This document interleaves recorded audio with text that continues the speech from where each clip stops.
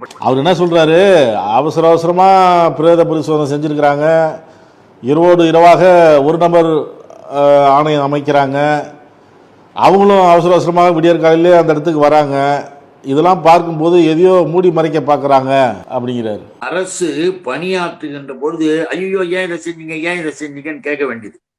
இவர்கள் அரசெல்லாம் எட்டியே பார்க்காம இருந்ததை நாடே எல்லாம் பேசும் பொழுது பேசாம எங்களுக்கு அது தெரியாது இது தெரியாதுன்னு பொய் பேச வேண்டியது.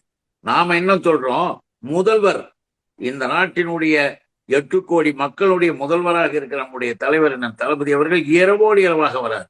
நீலாம் உனக்கெல்லாம் இருக்குமா மனசாட்சி?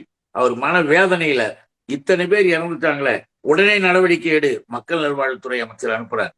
அக்கம் பக்கத்தில் இருக்க அனைத்து மாவட்டங்களிலிருந்தும் வேன்கள் வருகின்றன, மருத்துவர்கள் செவிலியர்கள். அடுத்த கணம் ஒரு அரசு இயங்குதுன்னா இப்படி ஒரு அரசு இயங்குதே அப்படின்னு ஆச்சரியப்பட்டு அரச வரவேற்கிறது கரெக்ட். உன்னால வரவேற்க முடியல, வாயை முடிக்கிட்டு போ. ஏன் வந்தது இதற்கு முந்தியெல்லாம் 4 கூட்டத்துல இப்படி நடக்கலையே, அப்ப இதெல்லாம் அங்க நடக்கணுமா? ஆம்புலன்ஸ்ல திமுக மருத்துவர் அணியெல்லாம் ஸ்டிக்கர் ஒட்டி இருந்தது, தண்ணி பாட்டில்லாம் கொடுத்திருந்தாங்க, அந்த ஸ்டிக்கர் ஒட்டி அப்படிலாம் சொல்றாங்களே. ஏதாவது சொல்றதுக்கு அதுல ஒரு காரணம் என்ன தெரியுங்களா? ஒண்ணும் இல்ல, இப்ப குடிநீர் இதெல்லாம் கூட தண்ணியே கொடுக்கல, நான் வறண்டு போய் கத்துறாங்க தண்ணி இல்லைன்னு. பக்கத்துல பாத்தீங்கன்னா இந்த கூட்டம் கூட்டியவுடன் அந்த இடத்துல கூட்டின உடனே கரூரில் பல கடைகள் மூடப்பட்டன.